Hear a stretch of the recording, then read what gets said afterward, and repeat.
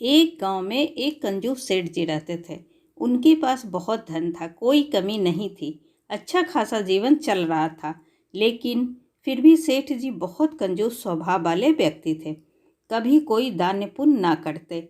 एक दिन वह कहीं जा रहे थे, तभी उनकी दृष्टि एक खजूर के पेड़ पर पड़ी। सेठ जी ने सोचा, यदि मैं यह खजूर तोड़ लूं, तो इन्हें बेचकर काफ़ी धन कमा सकता हूँ। ऐसा सोचकर वह पेड़ पर चढ़ने लगे। लालच में उन्हें यह ध्यान ही नहीं रहा कि वह काफ़ी ऊपर आ चुके हैं। अचानक उनकी दृष्टि नीचे गई तो सिर घूमने लगा। वह डर के मारे थरथर कांपने लगे और खजूर तोड़ना भी भूल गए। अब तो वह प्रार्थना करने लगे कि हे भगवान, कैसे भी मुझे नीचे सुरक्षित उतार दो। मैं वादा करता हूँ कि पूरे 1000 ब्राह्मणों को भोजन करवाऊंगा। ऐसा कहकर उन्होंने अपनी आंखें बंद कर ली और धीरे धीरे नीचे खिसकने लगे। वह लगातार भगवान का नाम जपे जा रहे थे। थोड़ी देर के बाद जब वह लगभग पेड़ के बीच में पहुंच गए तो उनका भय कुछ कम हुआ। मन में लालच आ गया। बोले, प्रभु, 1000 ब्राह्मण कुछ ज़्यादा ही हो गए। मुझे लगता है कि 500 ब्राह्मण भी उचित ही रहेंगे। ऐसा कहकर वह और नीचे उतरे। अब वे धरती पर आ गए थे तो ईश्वर को धन्यवाद दिया और बोले, प्रभु, आप तो दाताओं के दाता हैं। मैं ठहरा तुच्छ प्राणी। मैं चाहे 500 को भोजन कराऊं या एक को, आपको कौन सा फर्क पड़ता है। किंतु मैं प्रण लेता हूं कि एक ब्राह्मण को भोजन करवाकर खूब दान दक्षिणा देकर विदा करूंगा। ऐसा कहकर वे अपने घर पर पहुंच गए। भगवान भी कंजूस सेठ की कंजूसी देखकर हंस पड़े और सबक सिखाने की ठानी। अगले दिन सेठ जी अपने गांव के ऐसे ब्राह्मण की खोज में निकले जिसके भोजन की खुराक सबसे कम हो। ऐसे ही एक दुबले पतले ब्राह्मण को उन्होंने खोज लिया और उसको भोजन का न्योता देकर वापस आ गए। वह ब्राह्मण सेठ की कंजूसी के संबंध में सब कुछ जानते थे।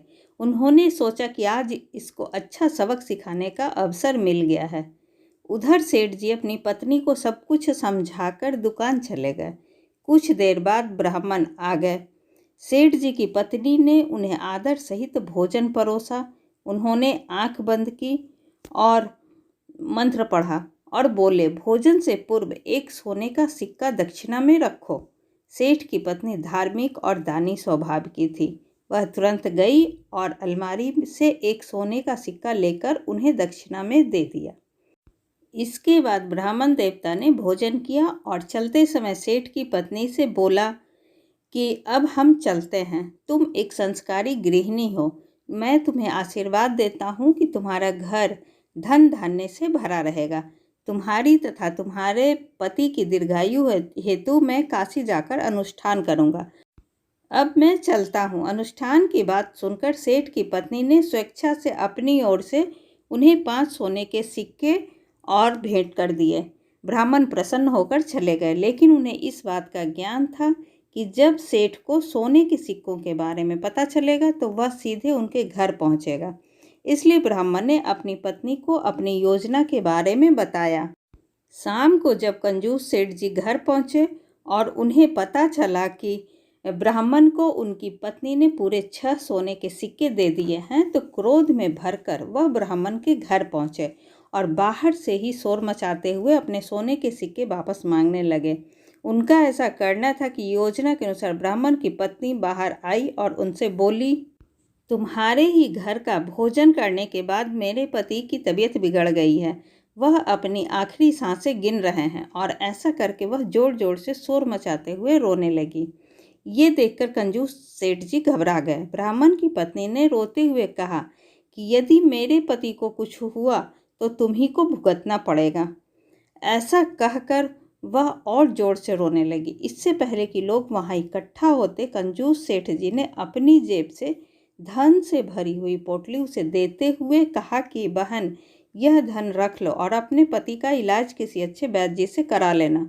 और ऐसा कहकर अपनी जान छुड़ाकर वहां से भागे। ब्राह्मण तथा उनकी पत्नी की योजना सफल हो चुकी थी। कंजूस सेठ जी का दांव उल्टा पड़ गया। अगले दिन वह ब्राह्मण और उनकी पत्नी कंजूस सेठ जी के घर पहुंचे तथा सोने के सिक्के वापस करते हुए उन्हें सारी बातें बता दी। कंजूस सेठ जी को अपनी गलती की सज़ा मिल चुकी थी और उन्हें अपने मन में बड़ी ग्लानि हुई। वे ब्राह्मण से बोले, महाराज, मुझसे भगवान से झूठ बोलने का अपराध हुआ है। आप ही बताएं कि मैं इसका पश्चाताप कैसे करूं। ब्राह्मण ने कहा, सेठ जी, यदि आप पश्चाताप करना चाहते हैं तो अपने धन का कुछ हिस्सा अनाथाश्रम, वृद्धाश्रम तथा गरीबों आदि में दान कर दें, जिससे उन दीन दुखियों की सहायता भी हो जाएगी और आपका दान भी सार्थक हो जाएगा। कंजूस सेठ जी ने ऐसा ही किया तथा साथ ही उन्होंने भविष्य में कभी भी किसी से झूठ ना बोलने की कसम खाई। इस तरह भगवान ने उन्हें एक अच्छा सबक सिखा दिया था। ऐसी ही अच्छी और ज्ञानवर्धक कहानी सुनने के लिए प्लीज़ आप मेरे चैनल को सब्सक्राइब ज़रूर करें। तब तक के लिए बाय बाय।